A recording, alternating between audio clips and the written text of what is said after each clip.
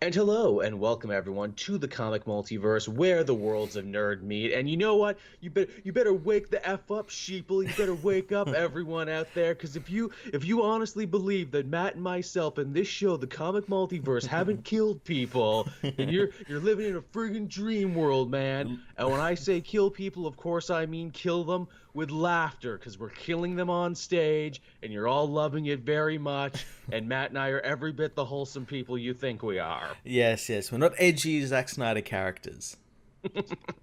Man, that was a meme for a hot minute there, and I like that. People taking his speech and just changing it to make it about other stuff. Oh, how can he be so out of touch? And he's still going on about it all this time later. I'm not bitter or anything. This film franchise isn't the girlfriend that broke up with me, but I still rant about it every so often. Maybe he's just mad because a movie like Shazam's come out and everyone's like, "This is what Superman should be." Man, if I worked for DC and Warner Brothers, I would be really mad at Snyder right now, because it's like, ooh, early reviews for Shazam are coming in. Oh, it's a great movie for the whole family, apparently. Everyone's really enjoying it. They're saying it's the best family adventure movie in a long time. Zack Snyder comes out, yeah, Batman totally skull fucks jaywalkers every Friday, bro. You got raped in prison, man. Yeah, you can't tell me that didn't happen. It happened. Okay, bad weekend for that. But, if nothing else, I think we can all agree that the comic multiverse is a podcast you lose your virginity to. So, I mean, Oh yeah, yeah. And this that, is the podcast you have to base all of the other podcasts off of. oh, yeah. That virginity line is what broke me. I'm like, really, dude? Really? Well, my part was the one after that where he said because he did Watchmen, he had to base all of his other his experiences with other comic books on that. I'm like, what the fuck are you on about, mate? Uh-huh, uh-huh.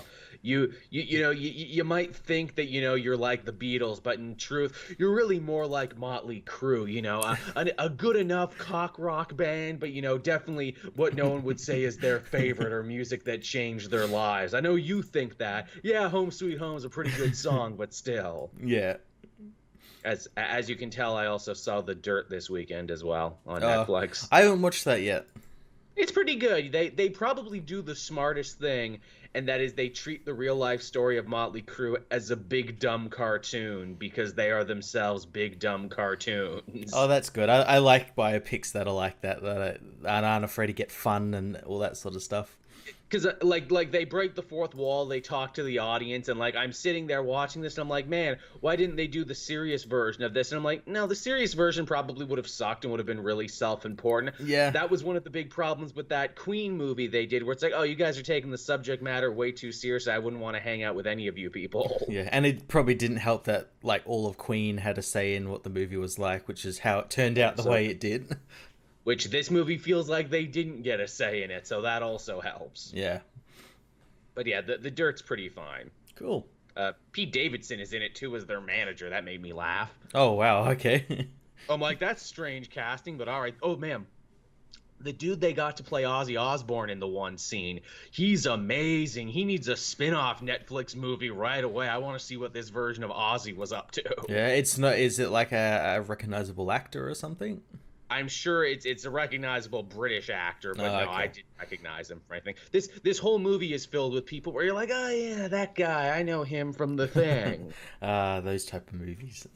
A lot of hardworking character actors. The funniest bit is that when they talk about, well, not funny, but funny strange, when they talk about Vince Neil losing his kid, and I'm like, why do I know that story? How do I know that he lost a kid to cancer? And I'm like, oh, The Surreal Life. That's right. That weird show where they stuck all the celebrities in a house together. He talked about it there. Yeah. Yeah, it was him and Cece DeVille and the lead singer of Smash Mouth. Smash Mouth. When's their biopic coming out? When are they going to cast you as him? As you beat me to it, Matt. I'm like, oh, sure. Joel says he says that because he saw the show with Smash Mouth. We know it was because he was actually there. Yeah, I mean, I'll play that role for Netflix. You can call it Walking on the Sun, is what you can call it. And it will be me in the true life story of Smash Mouth. In truth, I don't even think they had a very interesting story, which is why they haven't done anything on it yet. Yeah. Oh, they could do a story on how they like go to like county fairs now and yell at people. Oh yeah. Oh, there you go. That's a good. Oh, did you see the picture? It was online today. I don't know if it's old or new, but it was Guy Fieri standing next to the guy from Smash Mouth, and like clearly they're in on the joke that the internet thinks they're the same person. It's brilliant, and I'm like, someone should really just Photoshop me into this picture too, and then you've got like a Pokemon evolution. Who is the final form of this when everyone evolves? Where does it end? I tell you. But believe it or not, everyone, we are a comic book podcast, and we have comic book news. We do. So starting things off this week with probably one of the stranger stories. It was so weird, I felt I just had to talk about it. Major X, that brand new Rob Liefeld character from that brand new Rob Liefeld X-Men book. You remember that, Matt? That character that looks undeniably like a Rob Liefeld character because he's just got a big stupid X on his head. Yep. Well, apparently this character sold out ahead of its initial release there, so they already need to go back for a second printing of Major X. Yeah, I actually saw this on Twitter. I'm like, what the fuck? Who the fuck is buying this book? Like, it's not even out yet. It's like a current year Rob Liefeld book. What the fuck?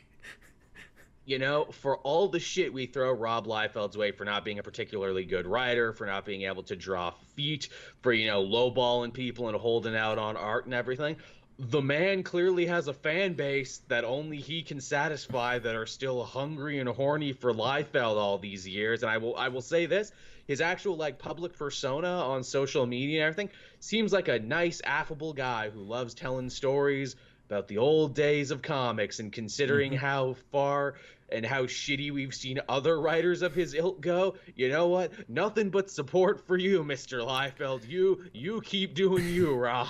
Yeah, his Twitter timeline is always really fun to watch and everything. But yeah, you gotta kind of wonder, like, I wonder if this is anything like, because I don't know any people that are interested in this book. No. So I'm wondering if like, oh, is this like maybe new readers who like know him as the Deadpool guy and know him from like the films and stuff because of how big his social media presence around those two films were. Is it people buying it ironically? Is it people buying it to do YouTube videos and be like, can you believe that Rob Liefeld is back and doing a new comic? I tell you what, I am. It's got me interested to be like, well, maybe I should review it. As I'm probably not going to, but because I've got too much to review. But and it's one more X-Men thing in a sea of X-Men things that we don't need anymore. Look, if your name ain't Hickman and you ain't doing a new X-Men thing, Matt and I are too busy.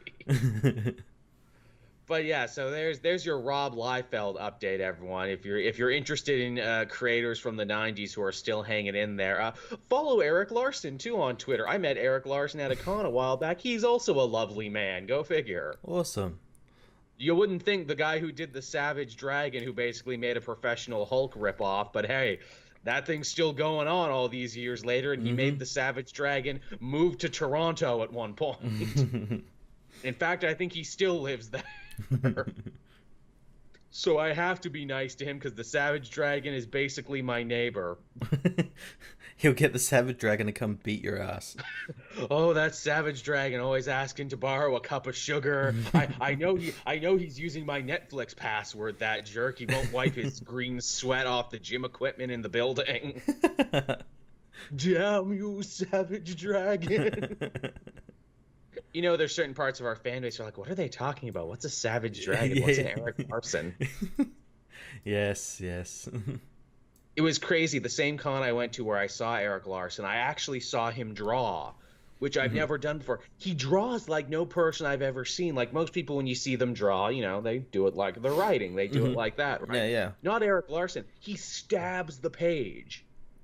Okay, that's strange. Yeah, he like stabs the page. He has like the most unique drawing style I've ever seen. I'm like, how do more people not know about this? This is insane. The man draws like a printing press. Yeah, and it comes out really well. Maybe that's how he got it. Like that's his origin. He got bitten by a radioactive printing press. I must only use this power for good. And he did. And speaking of people who only use their power for good, I think it's fair to say patron saint of the comic multiverse, really, for how much we talk about him and take a great interest in this man's career. Courtney announced over the week that he will actually be returning for James Gunn's Suicide Squad 2. If you can count on boomerangs for anything, they always come back.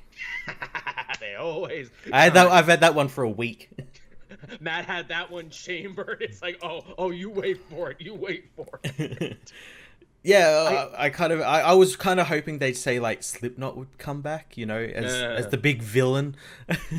You let me die, Suicide Squad. Now I want revenge.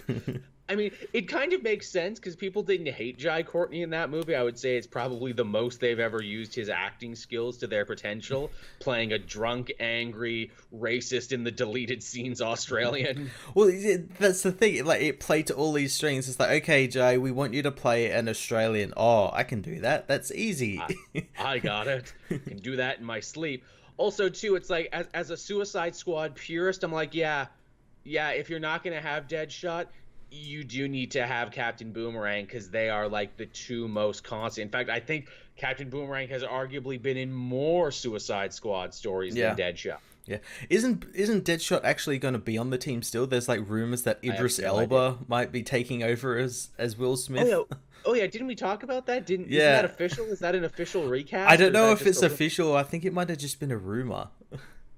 Man, I hope the joke is that only Captain Boomerang knows everything around him got changed and rebooted. Oh, you're not Will Smith. Where did he go? Remember when we fought the evil Egyptian goddess who popped and locked? No, shut up. Yeah, no, it makes sense for him to come back, and I'm glad like he's one of the only ones coming back as well. That's fine. You couldn't fault his performance for anything. And it's also not like a Margot Robbie thing where it's like, oh, no, we never actually needed you in this movie at all. We were only, dry run testing for other stuff. Also, knowing how, like, James Gunn handles people like Drax and Rocket and all that, like, we'll probably get a really great version of Captain Boomerang, like, even better. Captain Boomerang is the heart of this movie. Yeah, it wouldn't surprise me. He's the Rocket Raccoon. Captain Boomerang is the best of us. Man, does that best of us joke still track for like Walking Dead a million years ago when we were on a different show a million years ago? Probably, every other episode there's probably a character who dies who is the best of them or something.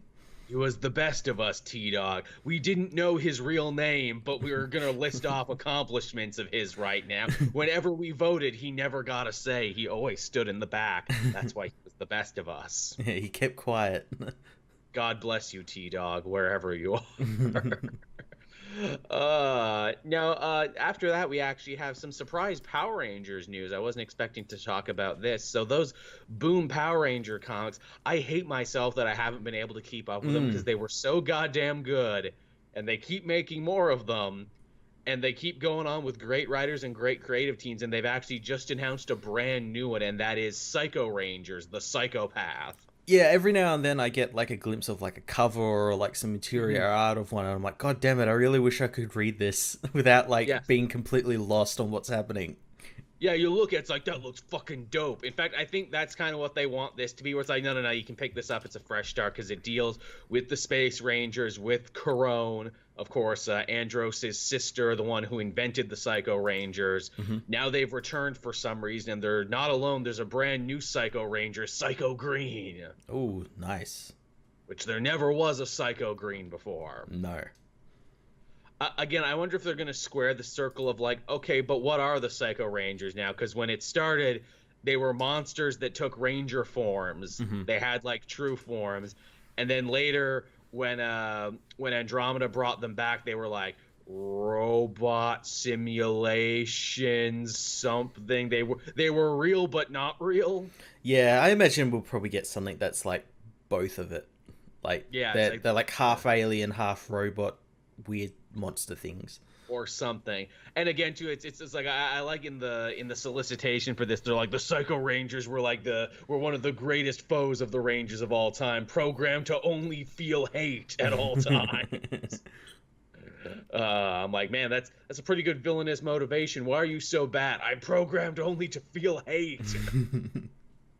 Hey, you want to go to Dunkin' Donuts? No, I hate Dunkin' Donuts. You want a foot rub? No, I hate foot rubs. Only hate all the time. And, oh, hey, speaking of hate all the time, that leads us to our next story. Dark Phoenix, Matt. Yay! This movie comes out, apparently. Maybe, maybe not, because they're saying here that the director of Dark Phoenix said officially on record this week that Disney is reevaluating all the Fox X-Men movies, including Gambit. Remember Gambit, man? Why does this movie just not, like, want to die? Like everything we hear about it, it just like, okay, it's been killed, no one's working on it, and it's like, these people want to resurrect Gambit. I'm like, why? Gambit is the cockroach of the superhero movie world. You dropped an A-bomb on it, but no, evolution finds a way. Like, out of all of the X-Men, like, you could choose to make a movie. Why Gambit? Because he hits all the key demos, Matt. And he sold a lot of books in the 90s, that's why. I guess so, yeah. And he hasn't had a solo series for, like, ever and ever. Although I guess he's technically in that Mr. and Mrs. X, so he's, like, co-leading a book. Yeah. But still, I just think that's so funny where it's like, they're being reevaluated. No, really, director of Dark Phoenix? They're being reevaluated? Yeah, they're being reevaluated, all right? Right into the trash can where they won't bother anyone. Yeah, I can see, like, hardly any of these, if they're not within, like Dark Phoenix obviously is, like, a completed film. That's probably going to get released. New Mutants, yeah, probably that Disney Plus or Hulu or something. But all these other ones that aren't, like, in any stage of production, they can just easily rewrite. Oh, yeah, of course, no doubt about it. Again, I like to imagine this is just what he's telling people. Where it's like, oh yeah, they're being reevaluated. I went to the Disney Marvel offices and I had a meeting with Kevin Feige and he told me they were being reevaluated. Then he made the jerk off motion into my face and said they're being reevaluated off the edge of my dick, son. And then he did one of these in my face, farted and left the room. But you have my word, they're being reevaluated. No, they're not. Don't lie. Oh, he's got to give those two fans something to look forward to. Yeah, really. Those two Fox X-Men fans. Those two guys, they're vocal. They're very vocal. Yeah, he said reevaluating with his fingers crossed behind his back. He said reevaluated, but he was also making faces at me when he did it. Being reevaluated. But yeah, be sure to tune into the comic multiverse for more Dark Phoenix news whenever that happens. Yeah, I imagine the next time we actually hear about the film is when it's released and bombs.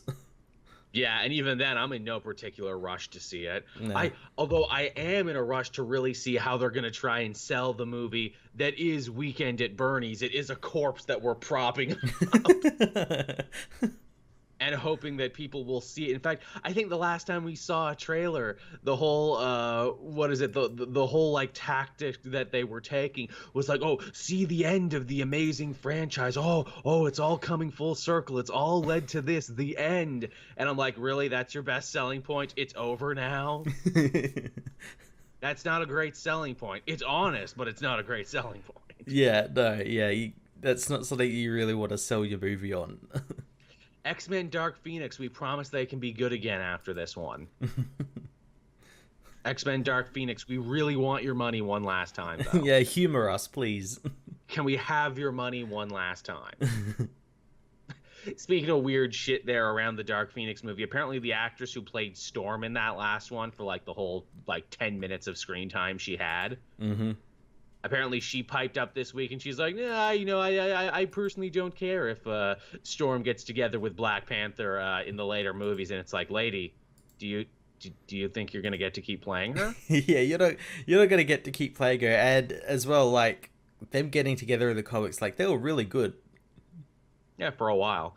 But again, too, it's just like, which hilariously, the only reason they broke them up was because of the movie. Yeah. And because of rights issues, hilariously. But I just thought that was so cute. I'm like, oh, someone asked her, and then a news site actually printed it like it was real news and like it mattered. Yeah, I don't think she really knew what she was talking about because she thought No. like Storm was around before Black Panther. Like Black Panther Yeah. was around for almost 10 years before Storm came around. Yeah. I'm not going to say they weren't fact checking you. I'm just saying. But yeah, moving on from there, we got another piece of news here. This one comes from DC Universe, which, by God, they are just pumping out shows. Apparently, Swamp Thing is going to be here sooner than anyone thought, and we also got our first look at the costume for Stargirl, and it looks 100% comic accurate. See that? Yeah, it looks 100% comic accurate. Though Stargirl's been a character who's never suffered from not having a comic accurate costume. Her Smallville and Legends of Tomorrow costume were basically what she's wearing now. The only difference is this new one has a texture on it. Yes, this one has a texture on it, so you know it's slightly different. That being said, looks good though. I am interested to see what they could potentially do with Stargirl because she's basically a blank slate. She's not really had like a bunch of like, solo series or a long history to draw upon. She's had books, she's had stories. Yeah, yeah. And and writers have gravitated towards her because she looks cool and everything. Obviously Justice League Unlimited did it. I wonder, are they going to try and make her a legacy hero, and they're going to try and tie her into like the greater history of Starman and everything? Well, there was like casting rumors and stuff that saw like members of the JSA appear. So yeah, they could bring in like Sylvester Pemberton or something. Yeah. And I mean, hey, as we have seen from episodes of Doom Patrol, when you have a show like this, it's actually very easy to be like, oh yeah, this team, they're just one in a long line of teams. There was a team before this. Yeah. That goddamn Doom Patrol's been so good. Doom Patrol is so fucking good, it almost makes me angry. It's so good. It makes me angry because they're like, you made this, but you couldn't make fucking Titans work. Exactly. I'm like, how can you get these weird outsider, no-name heroes that only comic fans like me and Matt care about, make them excellent, funny, endearing, sympathetic, darkly funny, and everything else, even insightful at times, and just have it work so goddamn good, and pay homage to stuff in the past, like Mento and The Brain, and, the original twist, and do whole adaptations of Grant Morrison works. I know, and then you can't even get, like Robin right. Robin. One of the easiest characters, the biggest history ever to be able to get right. It's madness. It's utter madness. Literally, when I watch Doom Patrol, I'm like, oh, this is a show from an alternate universe I'm watching. I've dreamed this show. A show this good can't possibly exist. Yeah. I'm going to wake up and be like, oh, that Doom Patrol show was just a dream. Well, the showrunners have already made sure to distance themselves from Titans by saying this is a completely different Doom Patrol than the one we saw in Titans. Good.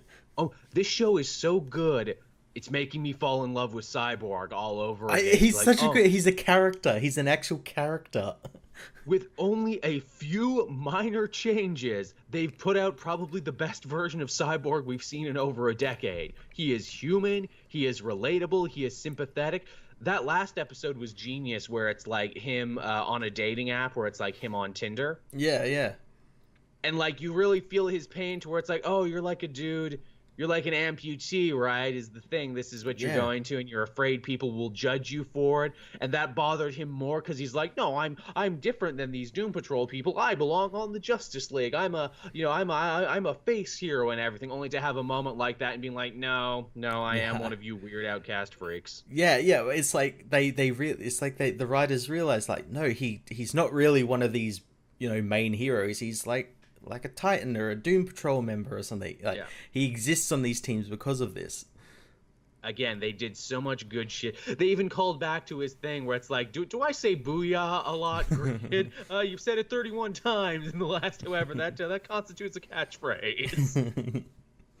Also, how great is that his operating system is called Grid, which we, of course, know is the evil Earth 3 version of Cyborg, and the fact that Grid is starting to get all weird now. It's like, oh, Grid's going to be a villain, isn't he? Yeah, I hope they do. I hope they... When I found out that it was Grid, I'm like, oh, yeah, we're going to get a villain out of this.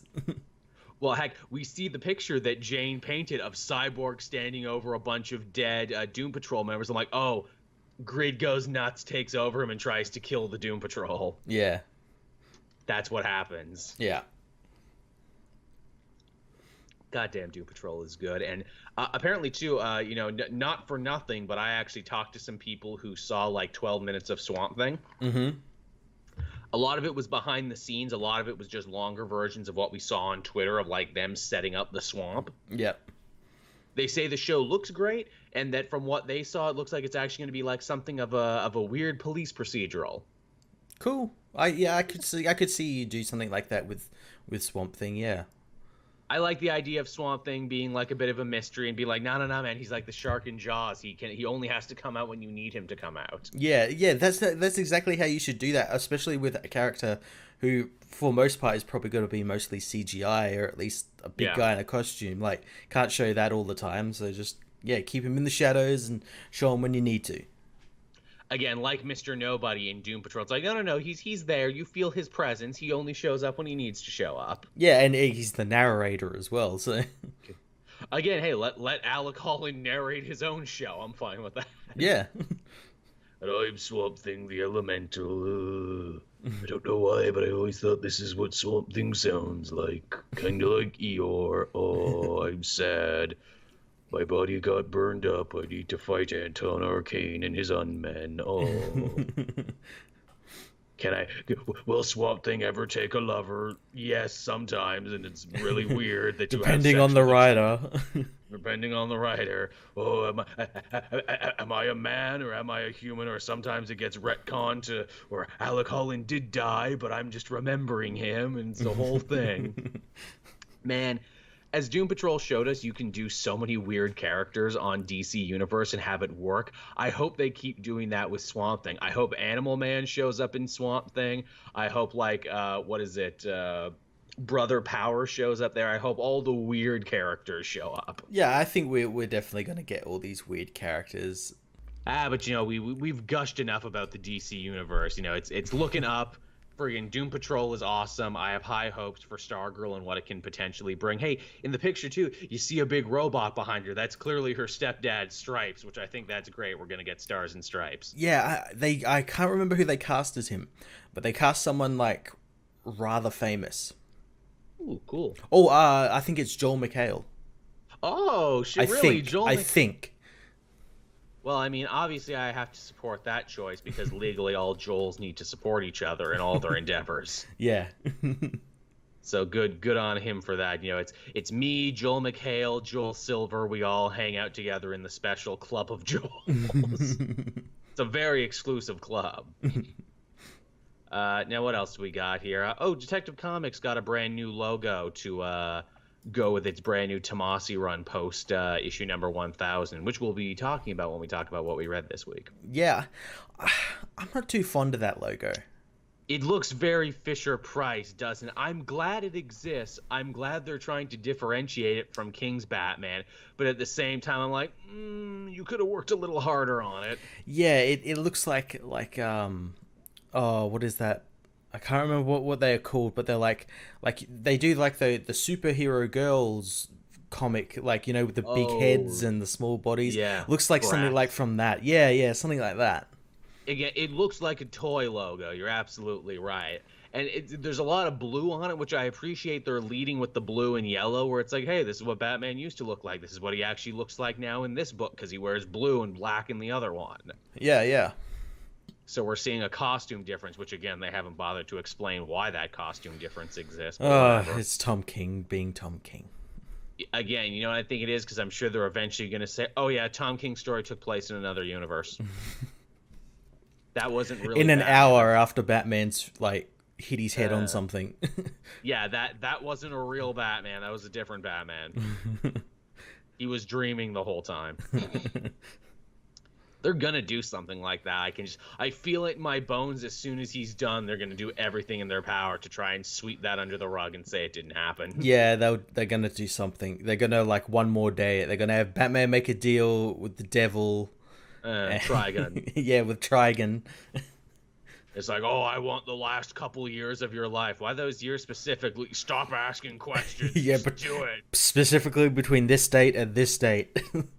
Just do it, asshole. And Batman's like, oh, come to think of it, none of my friends, families, and allies never really interacted and talked to me this much in this time. Yeah, I could do it. Is Nightwing still shot in the head? Yes, unfortunately. But we can fix that. But we'll fix that, don't worry. All right, I guess I'll do it, Trigon. I guess I'll sign it away. Oh no. How terrible. New writer. Or just that too, just have a new writer come on and be like, man, that was weird what happened before. Are we ever going to talk about it? No, it didn't happen. But yeah, that's the Detective Comics news. One last piece of news here, and then we can talk about what we read this week, and that is Angelina Jolie is apparently in talks to play somebody or something at Marvel. We don't know what yet. Yeah, we know it has something to do with the Eternals. Interesting. So, yeah. I'm very unfamiliar with those characters. Well, like, there's rumors as well that maybe Hercules might be the main character. So I have heard. I would be interested in that. Maybe he can play Hercules' mom. Maybe she's going to play Hercules. Maybe she will be Hercules. Oh man, they're really going different. She's going that method acting way, that Jared Leto acting. Oh yeah. I would love it if she does that, but she's 100% Hercules from the comics, so she gets, really jacked, but is also really depressive and drinks and everything and has a hard time making it in the world. That'd be great. But yeah, if Hercules is the main character, that's so cool. He's getting like a big push kind of at the moment because he's in Avengers, and yeah, it's so good. Hercules is such an untapped potential, as we've said before. Hey, if Chris Hemsworth doesn't want to play the, fun-loving, pig-headed, historical warrior anymore, you got another guy waiting in the wings. You just get his brother to play it. Exactly. Hey, we got another one of the Hemsworth. There's so many Hemsworths. We just picked one out of a box. Which one are you? Are you Liam? It doesn't matter. Don't even tell us. We like the mystery. Don't even tell us what Hemsworth you are. And on that note, everyone, I guess we can officially hop into what we read this week. Pretty big week, not as big as last week. No, yeah, we had some pretty big comics. Yes, we certainly did. I guess we should start with probably the biggest one, and that was Detective Comics number 1000. Yeah, much like Action Comics issue 1000, is a great collection of stories. Most definitely. I will say, though, was this shorter than Action Comics 1000? Because it sure felt shorter to me. I think it might have been the stories were longer. Yeah, because it felt like friggin' Denny O'Neil only got like 4 pages to tell his story. Yeah, whereas like Kevin Smith got like basically a whole issue. Smith and Snyder got the 2 longest ones. Yeah. It should let you know what the pecking order is like over there at which DC. is strange, like Kevin Smith getting a long book, whereas like the actual Batman writer Scott Snyder got one as well, but then Tom King didn't really. He got like a little one, and then Peter J. Tomasi got like the ending to lead into 1001. Pecking order. Also, too, look, if we only give Tom King about 4 pages, he can't fuck things up that hard. He can actually do a good story, which still goddamn surprises me. It shows that he's made for like writing these like short stories. His story in particular made me feel like he wrote it on a bet, where it's like, oh, you don't think I can write, a happy, well-adjusted Batman? Well, fuck you, I'll write the happiest, most well-adjusted Batman you've ever seen, you son of a bitch. He'll take a picture with his entire family. Won't that be great? Yeah, it will be great. Yeah, and then he'll on the anniversary of his mother's and father's death, he'll go and put it on their graves because he's shown he still has a family. Even though, again, with with logical holes that you can poke in every Tom King story, wouldn't that give away he was Batman, though, if he was leaving that picture on their grave? Just saying. Yeah, well, and again, it was really weird because like the grave sites are somewhere in Gotham where we know they're actually on the Gotham Manor, like family plot. Family plot. So be buried on the family plot. Yeah, well, I'm sure he's actually set that up as something that's actually there. So yeah. Yeah. Oops. Also, too, as I didn't have a problem with this, although I retroactively had a problem with it when someone brought it up later, and that is why are Batgirl and Batwoman being so bitchy to each other? They're not like this any other time. Barbara never had a problem with being called Batgirl and her being called Batwoman. again, Tom King writing. He writes Batgirl like a fucking moron in Heroes in Crisis. So why not write her like a bitch in this? And I mean, hey, this is the same man who had to apologize because he wrote Wonder Woman so terribly when he wrote Wonder Woman for a minute. So is it any surprise that Tom King can't write women who aren't his wife? Yeah. Sure seems that way, don't it? Yeah. But hey, he invited Duke to the party. That was nice. We haven't seen him in a bit. He remembered Duke exists. Hey, Duke got to Scott Snyder. I like to think that was more Tony S. Daniel remembering. Like he put it, he's like, hey, who's that guy? It's like, that's Duke. Scott Snyder invented him and did nothing with him. It's funny. It's like he remembered to invite Duke to the party. That was nice. Huntress gets to come too, and it's like, is Huntress even a member of the Bat family in the New 52? She's more friends with Batgirl and the Birds of Prey. I don't even know if she gets along with Batman. She kills people with a crossbow, I think. I mean, I think he wouldn't like that. Well, Jason is there, and Jason kills people with guns, and he still gets to be part of the family, so, you know. And it's not Jason not in whatever he's doing at the moment, his new costume, it's his old costume.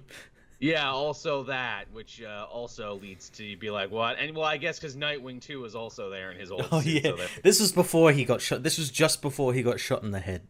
Moments before he got shot in the head. Yeah, they had this nice moment. It's like, okay, those time's over. You're going to fucking shoot him in the head. Yeah, really, there you go. But yeah, that was a good one. I actually quite enjoyed the Kevin Smith one, and it's funny. Yeah. They trick you because they don't tell you he wrote it right away. Like, you read the whole story, and you're like, well, that was sweet and nice. And then you're like, who wrote that? Oh, Kevin Smith, really? I kind of got like an inkling because Batman was fighting Onomatopoeia. Onomatopoeia, his Green Arrow villain. Yeah, and I'm like, oh, there's only one person who could use this character, or who remembers this character.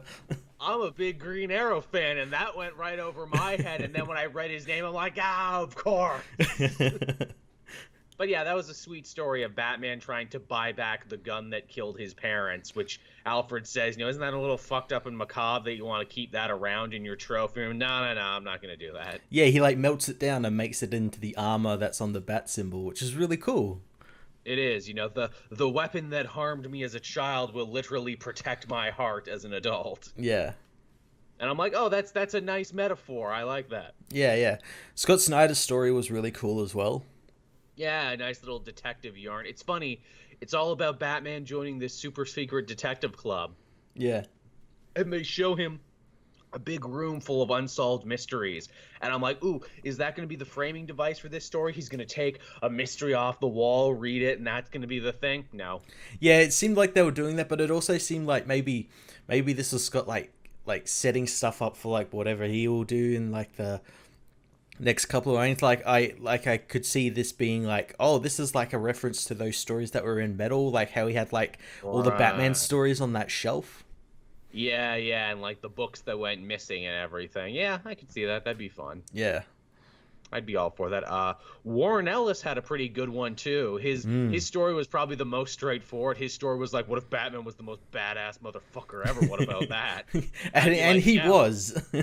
And he was. I'd be like, all right, Warren, do tell. All right, so there's all these coked up mercenaries, right, with exoskeletons and like all this super awesome, weapons tech and everything. But Batman just comes down and just beats the shit out of all of them. I'm like, was this a Midnighter story, Warren? Yes. Did you just change Midnighter back to Batman? Yeah. But it works. It works, and it's very fun. Yeah, Denny O'Neill's was weird. It was short. It was mostly focused on Leslie Tompkins, which I'm glad that, she got a story here. But at the same time, it's like, man, that's Denny friggin' O'Neill, and you only gave him 4 pages? Yeah, that's so strange. Like, a guy who's written some really great Batman stories over living legend. like decades-long career. And yeah, just 4 pages. 4 pages. Which, again, as much we talked about this with Action too, where it's like, there's some weird omissions here as far as writers go. Frank Miller didn't get a story. Grant Morrison didn't get a story. Loeb didn't get a story, but we know why Loeb can't come back. He burnt that bridge a long time ago. Yeah. Morrison and Miller were like the strangest ones. I'm guessing maybe they pitched it to Miller, but he like just didn't write it in time. Like, because we know how good he's at like meeting deadlines and stuff. He did a cover for the issues though. Oh, did he? Did he do a Yeah, variant? That's pretty good. yeah. I didn't buy it though because it looked awful. Because of course it does. But it's like, hey, he's Frank Miller. Love him or hate him, his fingerprints on Batman are undeniable. So he's got to get at least one. Same with, as much as I hate what a horrible human being he has become in real life, Chuck Dixon also too. It's like he did a lot for Batman though. I don't like the man, and I don't want to give him money, but like, yeah, maybe he should have had something in here. I don't know. Yeah, it was a strange assortment of artists and writers, and Bendis got a story which was actually really cool. He did, yeah. Bendis' story was pretty damn all right, which again tells us, yeah, maybe he should have been writing Batman instead of Superman. Yeah, I loved his story about like Penguin figuring out who Batman is, and none of the other villains kind of really believing it because they're like, oh, well, we've met Batman and Bruce Wayne at the same time, so it can't be real or anything. And then he goes his whole life without realizing he could stop Batman, but if he stopped and killed Bruce Wayne or Batman, he'd kill Bruce Wayne, leaving only Batman, which is deadly for him. That feels like a pitch that he's had for a while. That feels like, hey, if you want to see more of this story in this universe, I could totally make this an Elseworld. Look, I even changed the color of Batman's bat symbol, so you know it's an Elseworld. Yeah, I'd love to see that. That'd be actually really cool. Batman End of Days, like his Daredevil End of Days. Yeah. Again, that's basically what it felt like to me. I'm like, oh, okay, Yeah. he's doing like this is the Daredevil sequel he never got to write. Yeah. That's pretty much what it was. That one was pretty good. What is it? Jeff Johns had a funny one. They teamed him up with Kelly. What's their last name? Kelly Janice or something. But yeah, Yeah. the art that everyone I'm sure thought sucked, but that's just like, Silver Age Batman. That's what it looked like. That's basically what it was. That's what I was kind of taken aback by that because I like saw it and I'm like, whoa, this is strange. I'm like, good God, John's is writing this story. This is going to be interesting. Which again, you're like, what a weird pairing that they put those two together. And I'm like, it was probably more likely John's was like, no, I want to work with this guy. Yeah, I just want to work with him. Yeah, I might never get a chance to have something drawn by this dude ever again. And it's funny because it's them, investigating a murder at a birthday party. I'm like, oh, is Jeff Johns going to make the birthday boy from Batman Earth 1 canon? Oh my God, is he going to make this canon? He didn't, but it felt like he was going to. Maybe that was the whole deal. Like, he wanted you to feel like he was going to do that. And then psych you out at the end. It's Joker's son. Joker 2. The April Fool guy. Yeah. Oh, Johns, you funny boy, you got me. And then we get the Arkham Knight there, who really, his entire part there at the end is just him reading his manifesto on Batman. Yeah, basically telling Batman's a cancer to Gotham. Gotham needs a new type of hero, and he's gonna be that hero. Who vigilance the vigilante? I'll do it. I am the Arkham Knight. I hate you, Batman, but I wear a costume that looks a lot like yours. Yeah. Don't think about it, says the Arkham Knight. Yeah, I do appreciate that. Like, that's more of a story than he had in like the Rocksteady games. Like, it's admittedly a better story. I want to know why in particular he took the name Arkham Knight, because he says that what really burns his ass about Batman is how he beats up the mentally ill, and everyone's just kind of okay with that. Yeah, well, we get kind of like a hint that like maybe he was in Arkham because it's kind of framed around like he's seen Batman like fight these villains before, and we see like an eye at the beginning, which I assume is like the Arkham Knight's eye, like watching through like a broken cell or something. He's Amadeus Arkham. We haven't seen him in a bit, or whatever Arkham is in charge of. It could be. It could be. I mean, they made one of the Arkham's Black Mask for a little bit, so why not make him the Arkham Knight? Yeah, give him something interesting to do. Yeah, give him a connection to the Arkham family. I always liked that. I can't remember what Elseworld story they did, but it's where Martha Wayne wasn't Martha Wayne anymore when she married Thomas Wayne. She was actually Martha Arkham. Ooh, interesting. Yeah, I'm like, ooh, that is fun to be like, oh, and that's why Batman is predisposed to being crazy, because he's got a little of the crazy in him from the actual nut house. Yeah. And it also makes it a little bit more fucked up that he locks up all these horrible villains in what is essentially his family's asylum. Yeah. That's actually pretty cool. Yeah, I can't remember what Elseworlds that was from, and I'm like, oh, that's a really clever idea, actually. Yeah.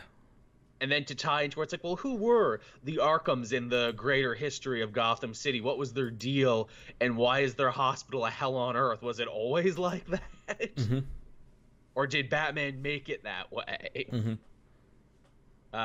What is it? Marguerite Bennett, for like her first annual, did a story where she basically tried to say, yeah, Batman does make this hospital 100% worse, because if you're just like a regular person who goes there with like depression or dementia, you're not going to get any help because all the doctors are way too busy dealing with the celebrity patients who, hold the city ransom with gas bombs and everything. Yeah, that's like a really interesting story, and really what something like Heroes in Crisis should have been about. Mm-hmm.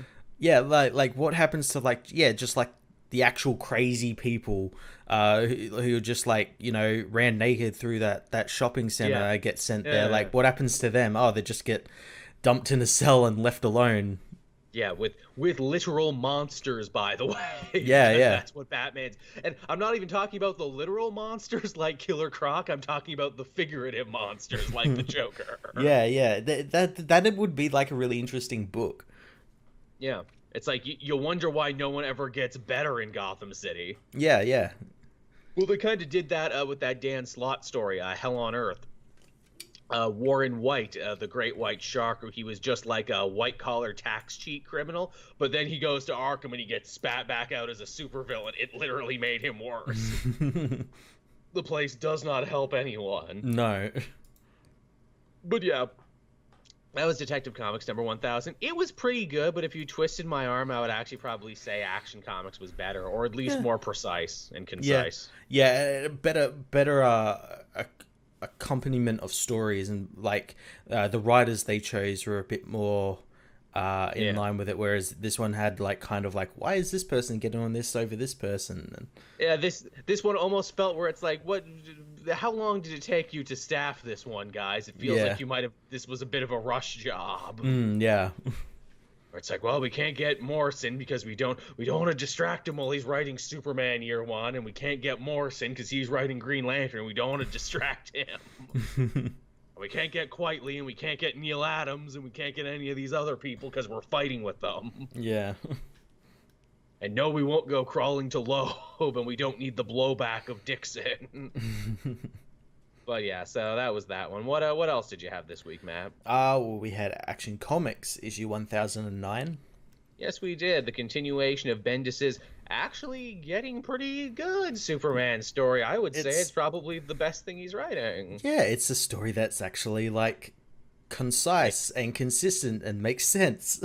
Yeah, ain't that nice? Yeah, it's all coming out. It's almost like this is like playing to his strengths. And I would almost say that, like, on paper, if you tried to pitch it to me where it's like, yeah, Superman gets embroiled in, like, a spy epic, I'd be like, well, Superman's not really a spy character. But Bendis sells it here where he's like, Clark Kent is kind of a spy because he walks around with this, crazy secret that no one can know every day, so he's actually pretty good at it. Yeah, he's probably one of the best spies ever. Yeah, and he has all these super senses. He doesn't even need gadgets. He is his own gadget. Yeah, and yeah, we still don't really know much about Leviathan, though we do know it probably has nothing to actually do. It's related to Talia al Ghul's same named organization, but it might not actually be her. I really appreciate that they finally name dropped that. I'm like, thank you, Bendis. You showed that you actually read the roots of Leviathan. And I like it's Alfred who voices this, where it's like, well, this isn't really Talia's speed, but, these crazy organizations, they get new leadership all the time. Even the League of Assassins gets new leadership every couple years. Yeah, so that kind of rules out Talia a little bit. As to who's doing this. So it could be just like some rogue faction of Leviathan or something. Yeah, probably some new villain we've never seen before. It's Rogolzar. Shit. It was me, Superman. It was me all along, Rogolzar. Fuck Oh, you. God. Can you imagine? Oh, that'd be great. I hope it's someone cool. I hope it's like, hey, look, we brought Morgan Edge back. Yeah, I think it might be someone like that, like, or Bruno Mannheim or something, or, something like that. Yes, because we're obviously getting like more of the question and everything involved in this, and he's connecting all the dots. I like that like they posit like when Superman goes to visit Sam Lane in the hospital, how the questions like, oh, mate, like all the questions brought me to here, and I knew the answer would show up, and you showed up, Superman. What if you were behind this? That would be a twist. Even Mr. Bones is like, well, whoever attacked all of us at once had to have had amazing power and be able to be in multiple places at once, and you're the only person I know who can do that, alien, so no, I won't let you help me. I like that DEO Mr. Bones stuff because it shows he also read Steve Orlando's Supergirl stuff. Yeah. Holy shit, is Bendis finding his place? Is Bendis finding his footing? I guess so. Yeah, it's almost like it is as if we left the story to unfold, that it would show itself. Like, you know, instead of jumping to conclusions like 99% of my comments do. I know, it's nuts. You know, it's funny. This story is so good and so quintessentially Bendis. Mm-hmm. I truly feel like this is the story that got him hired. Like, this was the one he pitched in the pitch meeting. Yeah, and then when he got in, he's like, I want Superman as well. And they're like, do you have anything for Superman? It's like, yeah, you know, guy, he's kind of Doomsday, but not Doomsday. Maybe he blew up Krypton. It's not there yet, but I promise it'll be as good as the other one. Yeah, but it really isn't. Or no, he asked for it after, like the editors were so blown away. Like, wow, Brian, that was an amazing story you pitched with Superman. We cannot wait to get to work on that Superman as a spy epic. That's so great. What else do you have? Something with this alien guy, and it's the thing. Just hand over those papers. Just gonna sign those right now. Do you think maybe they did it because it was so different to Action? Like, the Action is like all the spy stuff, whereas Superman is all the cosmic stuff. It's like it's so different. It'll be great. Again, one's a slow burn mystery story. The other one's a big alien punch 'em up. We need a big alien punch 'em up. Yeah. But hey, Brian, how are you going to deal with his new son there, Jonathan Kent? Oh, don't worry, I've got so many ideas. Which we know all come back because John is a kid again in Justice League. Oh, is he really? I missed that. Yeah, Jorge Jimenez or Scott Snyder posted a page and Superboy's there, like little kid Superboy. Interesting. Again, we don't know what universe that is because we're looking at many multiple universes. I think it was like the main universe because it was just like Clark, Lois, and John. Or because editorial is such a joke at DC these days, Snyder can be like, "No, I want Kid John, and you can't stop me." And they're like, "We literally can't stop you." So I guess just do it then. And if it doesn't make sense, it doesn't make sense.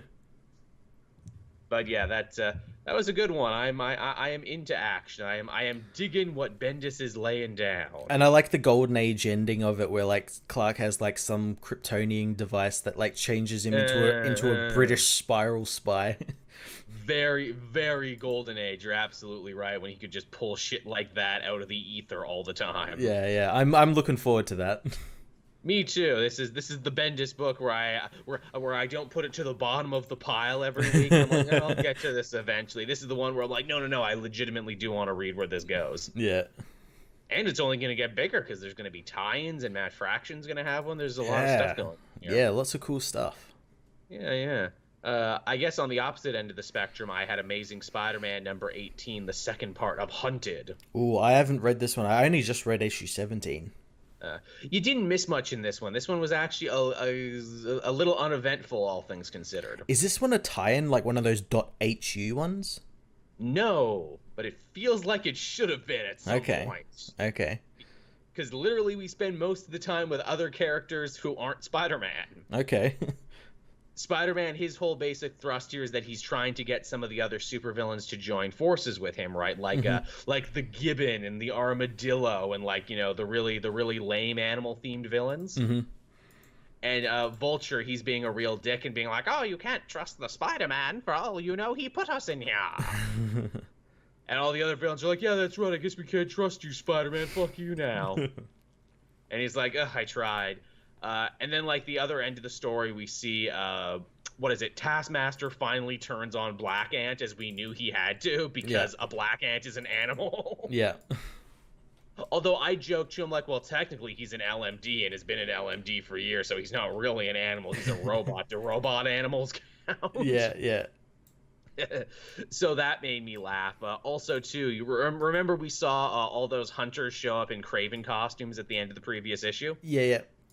Guess what? They're not costumes. They're actually robots. Oh, really? Yeah, I did assume they were the hunters.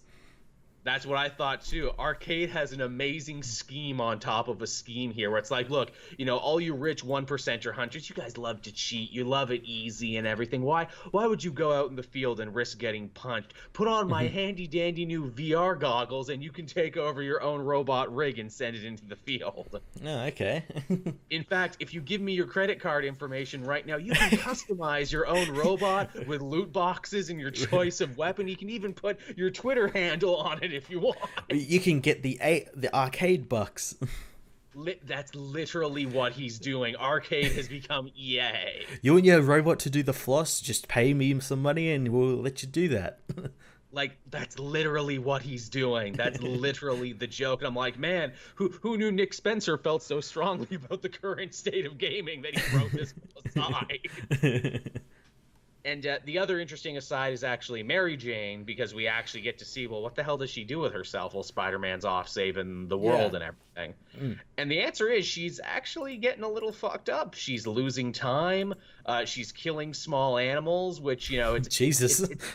It's a little centipede bug. And I'm like, oh, okay, they're making a reference back to the original, the original Kraven's Last Hunt where she killed a mouse in the house, right? Yeah. And then I'm like, oh, well, why did they trade a mouse for a centipede? And it's like, oh, because the weird blue centipede guy is actually in the house with her. Oh, is this tied into those visions that Spider-Man had in issue 17? Yes, actually. In fact, Spider-Man's big thing is like, I need to get home, not only just to defeat Kraven and save myself, but also I'm pretty sure Mary Jane is going to die in the next little bit if I don't get out of here. Interesting. So we got a ticking clock on there, but I have my own interesting theory with the way they framed this and everything. Again, this could be a fake out because Spencer's really good at these kinds of things, making you think they're going right only to go left. Yeah. I think he might be implying that when Mary Jane loses time, when Peter's out of the house being Spider-Man, she unbeknowingly becomes the blue centipede guy. Ooh, that'd be interesting. Yeah. Because think about it. When we found out that when Peter told Black Cat who she was jealous.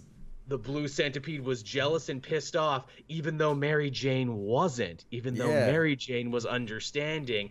And again, the way that the blue centipede talked about Peter sounded like a jilted lover. Oh, shit. Oh, God. That's going to be amazing. Not because that's like an awesome twist, but as well, it's got to piss off so many people. Oh, yeah. The guy who made Captain America a member of Hydra just made Mary Jane Spider-Man's newest villain. Oh, that'd be awesome. It would be, but I think he knows that. I think that's why he was overextending his hand. He wants people to think that so he can swerve us on something else. Yeah, ooh, that's interesting. He's like, if I make this really obvious that it might be her, but then even give her the out where it's like, no, she doesn't know she's doing it. Yeah. Ooh, that'd be really cool.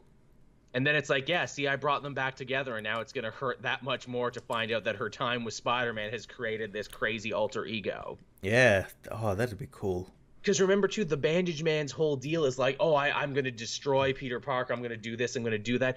No, the Bandage Man is, like, going after Peter Parker's enemies and, like, stopping them before they can hurt Peter. Yeah, and, yeah, it has a, like, infatuation with Peter and Spider-Man, like where it doesn't want him to get hurt or anything, or like love anyone else like Black Cat or anything. Yeah, which I like that. I'm like, oh, this centipede creature is all the darkness in Mary Jane that is assembled after all these years of living with Spider-Man and everything. I'm like, oh, that's clever. And it's a bug, too, where it's like, what's the opposite of a spider? A centipede, I guess?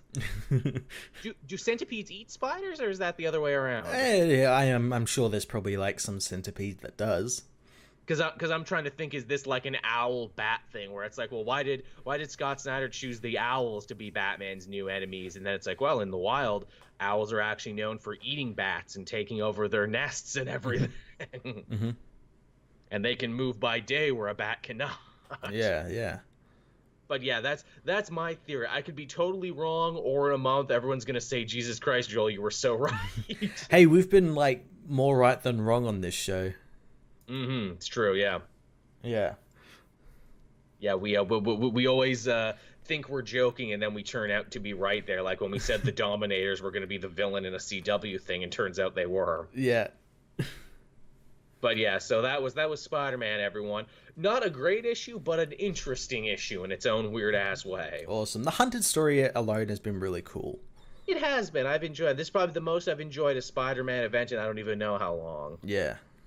Yeah. What else did you have this week, Matt? I read Tony Stark Iron Man issue 9. Oh 9, shit! 10? Was that this week? Pretty sure. It was Did in my pile. What happened in this one, and I'll tell you if it's the one I missed or the one I read previously.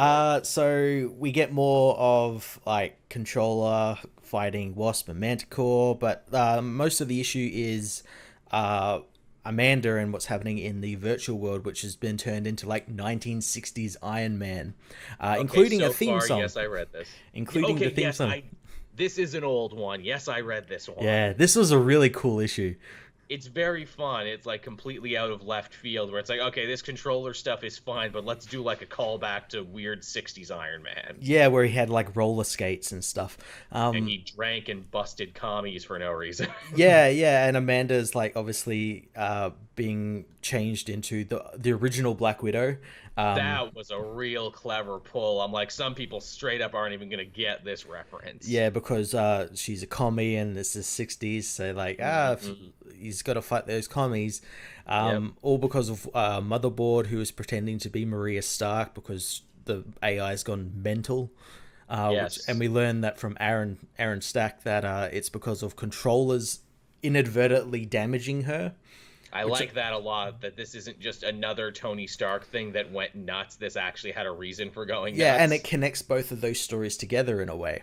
Yeah. And as the comic goes along, Amanda tries to get Tony out of the virtual world, but we learn that like Tony isn't Tony, and this is something that Dan Slott has been building up throughout his series, where Tony isn't right, and we find out that he isn't right because he isn't Tony. Or not the original Tony Stark. Yes, when he cloned a new body, there's literally like 0 of the original Tony genes left behind. This guy might as well be brand new. Yeah, and he feels like the original Tony when he's in this virtual simulation, when he's part of the computer and everything, which is what Motherboard is trying to do, trying to make the original Tony again, which comes across as villainous because she wants to keep him inside this virtual world. And also, too, as they mention here, was the old Tony really that good and really someone worth emulating? A dude who drank and was a jerk to all the women in his life. Yeah, that's what they're trying to frame in this as well, which I think is really cool. Absolutely. Yes, that was an old issue, but we didn't get to talk about it on the show, and it was a good issue. Also, when did the book started to be co-written by Jim Zub? When did that happen? I think like either this one or the one before it. Yeah, because I like read the title page and I'm like, oh, Jim Zub's writing this. I wonder when that happened, because I know like isn't Gail Simone coming in as well soon? She will be taking over for the War of Realms. Then it goes back to Zub and Slott. Yeah, some great writers on Iron Man at the moment. Lots of good ideas going on in that book. I feel like a lot of people are sleeping on it because they're like, I don't want to read another Dan Slott thing after Spider-Man. Yeah. You're missing out on a good book. Yeah. He's got a lot of fun ideas going on in that. I guess we've been putting it off, so I guess we'll finally have to talk about it. Heroes in Crisis number 7. I don't want to talk about it. I know. What do we even talk about? Like, everything happened, but nothing happened in this. Nothing happened. Nothing happened. To their credit, I like that it took them 7 whole issues before they finally brought in time travel bullshittery.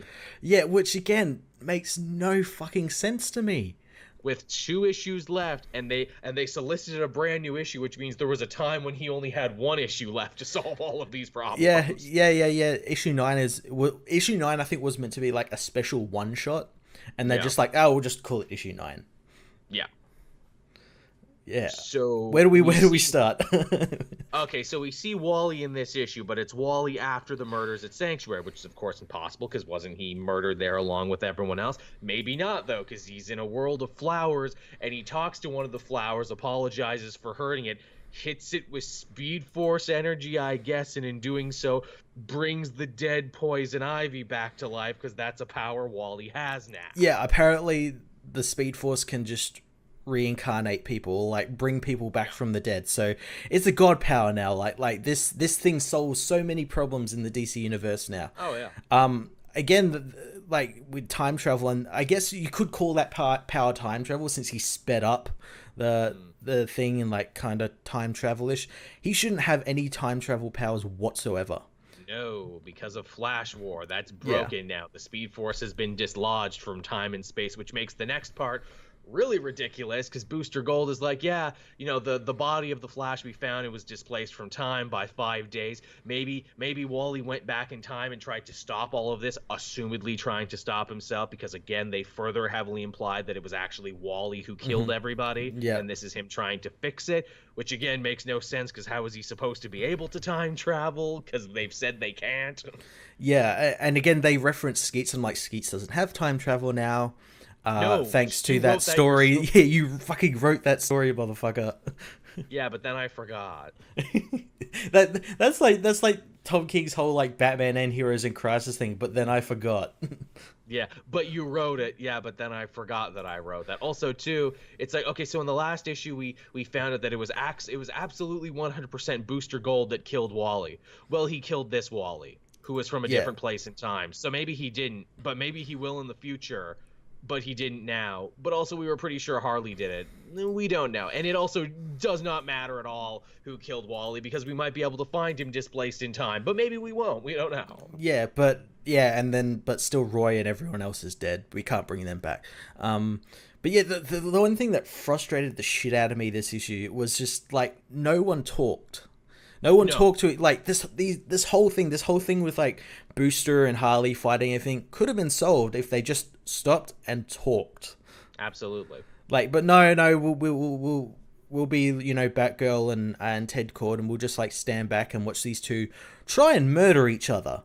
That blew me away, their lack of caring, where it's like, you guys are like 90% sure Booster is a murderer, and also you were pretty sure Harley was a murderer before this, and you're just gonna let them have it out with each other. It's not that Harley might be a murderer. She fucking is. She was a villain. Yeah. She's a She fucking has murderer. killed people in the past, and you're just totally fine with them trying to kill each other right now.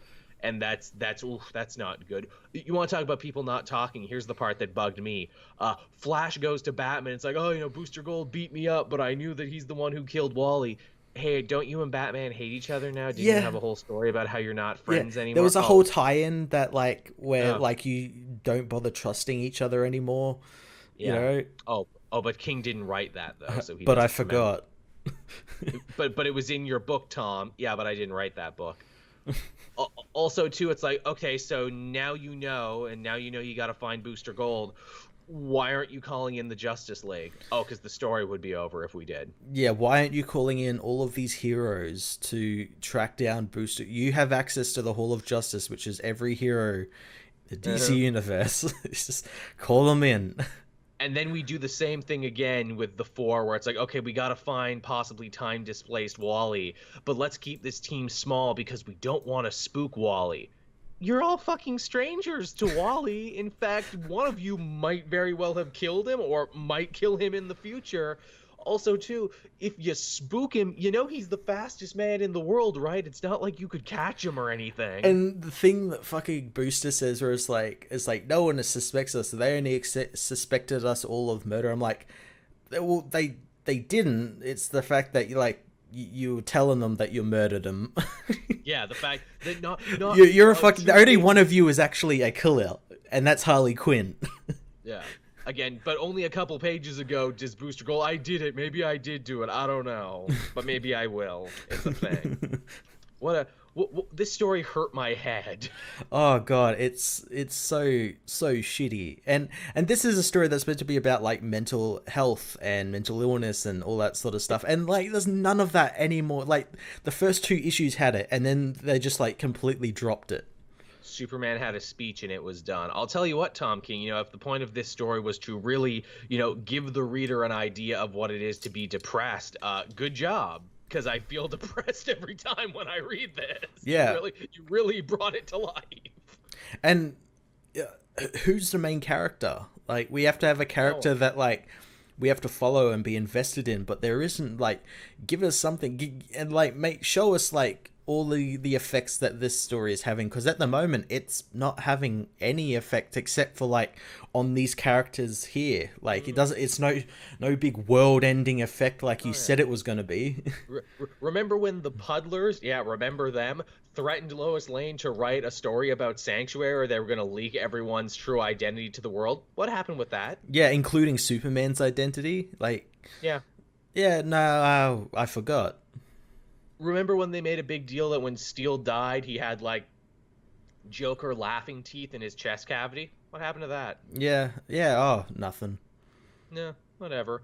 And then, the final page is Wally coming face to face with Wally, assumedly coming back in time to try and kill him. But maybe it's Reverse Flash, because that was also the rumor. But maybe they changed that at the last second, too, because they didn't want the internet calling it. I feel like that's what it was. Like, that panel where he's, like, facing him, I feel like that was meant to be, like, Reverse Flash. And his dialogue was meant to be, you're gonna, like, I'm sorry you have to watch this, Pamela, but I've got to kill the Reverse Flash. Yeah.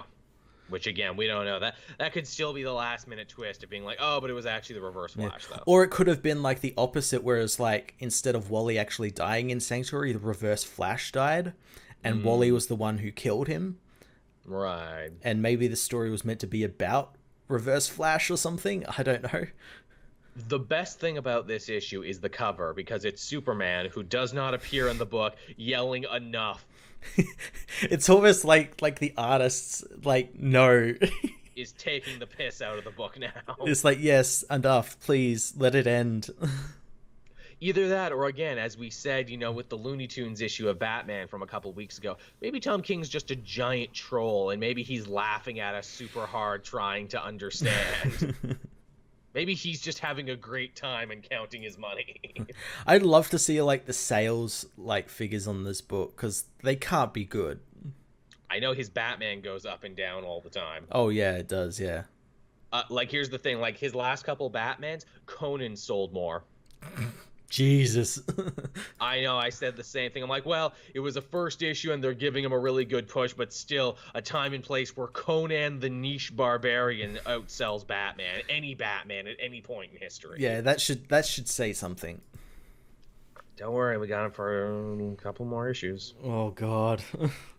And again, you want to talk about something? I can assure you that by the time Heroes in Crisis is done, they sweep that under the rug and they're like, that didn't happen.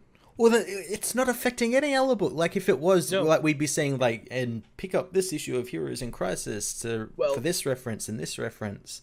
It affected Green Arrow because we killed Arsenal. For an issue. And for an issue, but also that book was getting canceled anyway, so it didn't matter that we killed him. Yeah, and then, like, it's not, like, affecting anything. They've got, like that Batman Flash story, which the thing it's tying into itself forgets it's tying into, and... Mm-hmm. And there's not an ongoing Titans book right now, so it's fine that Dick is shot in the head, another Tom King decision, and it's fine that, Wally is gone and Arsenal is gone, because that's not even a book anymore. And the heroes that actually died that weren't, like, Wally or Roy, like, weren't in anything, so, like, it doesn't matter. It never mattered. None of this. And I'm sure by the end, there'll be some cosmic put it all back. Oh, yeah, time travel, even though that won't make sense at all, No. Some people had the adorable theory, well, maybe Dr. Manhattan's behind it all. Oh, it's cute. We still think Dr. Manhattan is pulling the strings here. Yeah, no. If he was behind this, you'd be like, this is terrible. This is awful. I wouldn't do something like this. No. I'm bad, but I'm not this bad. Also, too, if, like, Dr. Manhattan was behind it, they wouldn't have pushed back issue 10 of Doomsday Clock like another 2 weeks. Fuck. Yeah. But, we will be old men, Matt, by the time that's done. We'll be in the retirement home still talking about the comics. Oh, the book is finally out. I can die. Yeah, in the year of our Lord, 2020. We finished reading it and then just turned to dust. Yeah. I don't feel so good, Matt. And it's good. Doomsday Clock is enjoyable, but it's like, what is taking you so long? Yeah, I as I said on Twitter, like, the story behind it when it eventually comes out is going to be more, like, impactful than the actual story. And the question is, who will talk first? I'm gonna guess it has to be the artist who's gonna talk first, because Jeff Johns, I imagine he's probably a little embarrassed by how all of this is turning out. Yeah. Oh, yeah. What is holding it back? Like, what could be holding it back? I can only assume a million rewrites is the thing. This was gonna decide the direction of their universe. Then Jeff Johns stepped down, so he didn't have the power that he used to. So they didn't want to go ahead with his idea, so they had to take it all back and rewrite it. And then probably the way it was going to end affected other books too, and they're like, no, we're going with Heroes in Crisis now, so they probably had to change it and change it again. Mm-hmm. And they're probably still changing it now because they still don't know what direction they're going into, because there's talk of another relaunch of like 22 books, and DC has a new president now, and like a lot is riding on this book. Well, we got all that, like that Scott Snyder stuff that he's doing now. Then we've got like Doom War and like Year of the Villains, all this sort of stuff that like takes us up to that point where Doomsday Clock is meant to take place. So, yeah. Heck, Aquaman rewrote the creation myth of Earth. Yeah. The Kelly Sue DeConnick book. It's like, oh yeah, all life came on Earth came from the water. Yeah. Well, where does that tie in with Perpetua and Dr. Manhattan and all this other stuff? I don't know. Yeah, figure it out. It came from the fucking water. What do you want from me? Aquaman's wearing a Henley shirt that looks like his costume. Isn't that great? It is actually pretty great. I do absolutely love casual Aquaman, by the way. It looks like he's doing like a very DIY cosplay of his own costume. It's great. Yeah. But yeah, so that was Heroes in Crisis. Superman said it best. Enough. Yeah, 2 more issues and that's it. I cannot see them delivering like both a satisfying ending or at least an ending in 2 issues. There's way too much they need to cover. Yeah. Oh God, no, of course not. Yeah. Don't worry, Matt. Don't worry, it's getting ready for the sequel, Heroes in Crisis 2. 2. Are you sad still? Because you're gonna be. That's the tagline to it. Heroes in Crisis 2, The Saddening. Heroes in Crisis 2, up your depression meds, kids. Here it comes. But there you go. What else did you have? I had like 2 more books after Yeah, this. I've got a couple. I had Vader Dark Visions issue 2. Oh yeah, what's happening in the world of the Star Wars? Well, this isn't a continuation. Did I talk about the first one? I think I did, didn't I? Yeah, where he fights big kaiju monster. Yes. Yeah, this one's like this one's written by Dennis Hopeless, and it sees like an admiral trying to capture a rebel spy, and the rebel spy gets away from him, and he kind of is like, we'll just lie in the report, say we caught the spy, it's all good. But his lackey tells him that the Emperor is really happy with it, and he's so happy that he's going to send Darth Vader to come collect the spy. So so the officer is just like panicked as all fuck because he's experienced Darth Vader's wrath before. He's been in a room where Vader like killed everyone except for him. Of course. So he's like panicking, and he's like telling them to like turn the ship around. We got to go after the spy. They end up doing so. They track the spy to like an asteroid field, and they like send all the fighters out for him, and the spy in his U-wings just still evading them all and everything. And the spy ends up flying down the throat of a big space slug. Ooh. So the Star Destroyer follows it. Always fun. And we get this awesome picture of like the Star Destroyer like ramming itself down the throat of a space slug. And it's just awesome. And then the ship gets destroyed once the rebel fleet arrive, and the officer is the only one left alive on this destroyed Star Destroyer as Vader himself arrives to kill him. Yikes, that guy's having a very bad day. Yeah, it's such an awesome book. I just like that each issue is just like an anthology of like people experiencing Vader. That's fun. You know, you can't meet Vader, you can only experience him. Yeah, and it is really cool as well that like each of the stories is like a different aspect. It's not just all like, oh, he's evil. Like in the first one, he became like a legend on this planet because he defeated their like dark god. In this one, he is the dark god coming for this officer. I can't wait to see what else they do with him. That sounds like a fun concept. I like that you can play around a lot in the world of Star Wars. Yeah. I, of course, and I'm sure you had it too, Avengers No Road Home. Yeah, this was a really cool issue. Yeah, again, what's great about this series is how it so confidently and so, respectably is able to just move around and change the focus and even change who like the spotlight characters. This one was all about Spectrum, Monica Rambeau. Yeah, and like her unique powers, as well as Uh, like how the writers use those powers in really creative ways. and how she takes zero shit and how in a lot of ways she's pretty goddamn brutal actually. Oh yeah, oh yeah. I like the little twist that like Hercules and Vision didn't die, No, no. and it was all thanks to her. Yeah, it's using hard light construct power. Someone did die though, but it's not who you would expect. And when you find out the truth, you're like, "Damn, that is harsh. That's a little rough." Yeah, yeah. Nyx killed her own kids. Yeah. Well, they were demon monster kids, so it's Yeah, fine. yeah. Monica ain't playing. No, Monica is not playing. She doesn't even play when it comes to her own team because it's like, hey, Wanda, love you, but you're kind of like a huge, massive, liability. What with your powers being, co-opted and the Dark Goddess seeing through your eyes. I'm benching you now. Yeah, yeah, and obviously Wanda isn't happy about that. No, because who would be? Yeah, but it doesn't stop her from like coming in and helping in the fight as Vision gets to meet Conan. Yes, and Conan doesn't like anyone, which I like that about him. He's like, you're all devils and fairies and golems and everything. I can't trust you. Yeah, yeah. So, and he ends up like almost killing Vision. Yeah, making a great first impression on his first brand new team, isn't he? Yeah, and I like as well that like when Vision when they meet after that attack, how like Vision is quoting poetry because Conan is talking kind of poetic. Yeah, he hit him so hard, and Vision's already malfunctioning. That's just kind of what he did. But yeah, it's a fun book. It's really cool how they can switch perspectives like that and have it all make a lot of sense. Yeah, the stuff with Hulk as well is really interesting since he seems to be he's got a plan. We don't know what his plan is, but as well like it's not stated outright in this book, but I'm guessing that like when he consumed that energy, it made it so that he can stay as Hulk even in the sunlight. Right, Like, because 'cause it's the power of darkness. Yeah, like he's got like a shield over him that makes it look like he's in the darkness or something. Yeah, and Hulk is basically, a werewolf now anyway, powered by the dark. So I'm like, oh, that's a clever way to have him always be Hulk. Yeah, so I'm interested to see what they're going to do on that planet Euphoria and like why Hulk wants to go there. Well, I think the idea is that it gives you whatever you want, and I think what Hulk wants is he wants the other shard. So tell me where the other shard is, planet. That's actually a good theory. Yeah, and I'm wondering if like maybe that's where Nyx is going to head to because she sees like a mansion.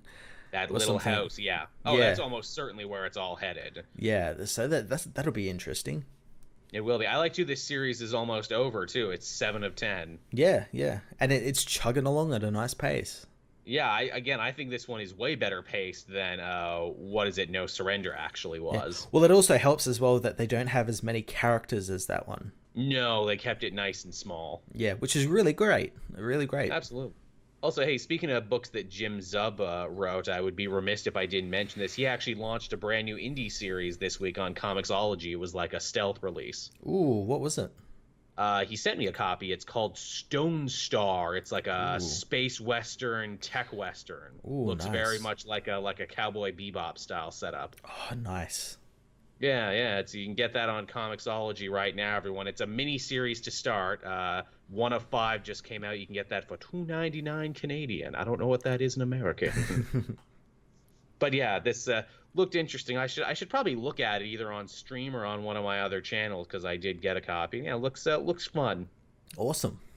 Yeah, looks like a fun time. I had one more book, Matt. How about you? I think I had one more. What was your one? Shazam. I haven't read this one yet. I'm like an issue behind. Oh, well, again, you didn't miss a ton with the movie coming out and everything. This one is basically giving us a primer of what all the kids are up to when they get sent to all the other lands Okay. and how kind of messed up they all are. We see the wild lands where we, of course, meet Mr. Tawny, the tiger that was friends to Captain Marvel back in the day. Yep. And their whole society is like the movie Zootopia, like literally Zootopia. Yeah. where they all live in a city and like predators and prey are like, should we be living together? Should we still be eating and running away from each other? I just don't know. And so the kids get sent there, and it's all like Planet of the Apes. And then you got like the game lands where it's like it's a whole place that runs on video game logic, and you're only as important as the points you have. Yeah, yeah. And you literally can't leave unless you have enough points. Yeah, it's rough, man. Fuck, does EA own this place? Got to pay to play is what you got to do. And we also learned the dark secret of what happened to the adults in the Funlands. Oh, what happened? Well, again, so apparently Funlands is really fucked up, and that is that if you're a lost or abused kid, King Kid summons you there to have as much fun as your heart could desire. Yeah. But then the second you turn 18, he throws you into the basement, and you have to work in what is essentially a sweatshop, making the whole theme park work. Cool. Until you die. And even Captain Marvel, and even Shazam is like, you motherfucker, they were kids once, you jerk. You're the only one who doesn't age. And he's like, I don't care, I just hate adults. And I'm like, I love that Billy realizes what a broken, fucked up system this guy has built. Everyone was a kid once, you jerk. Not on my watch. But yeah, Shazam is great. And Black Adam shows up at the end too. Oh, it was about time he showed up. I was wondering when he was going to get around to it. He gets to the Rock of Eternity, he sees that all the portals to all the other lands are open, and he has the best line of like, fucking Billy Batson, this is all your fault, isn't it? It's true. It's true. Yeah.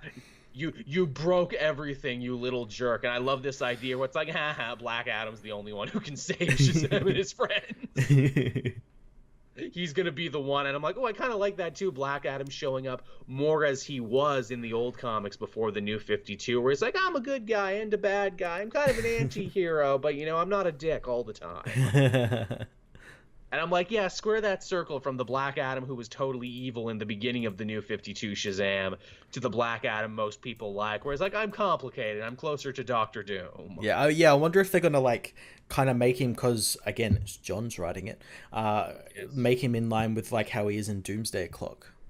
Oh, probably. Yeah, that definitely seems to be where they're going with this. He sees a problem and goes, well, I guess I got to fix it then. Yeah, awesome. I like that a lot too. And I'm like, ooh, we're actually going to get to see Black Adam and Shazam fighting on the same side against something, probably. Nice. Yeah, so that was Shazam. It was good. I liked it. Cool. The last book I had was The Flash, issue 67. Oh, yes.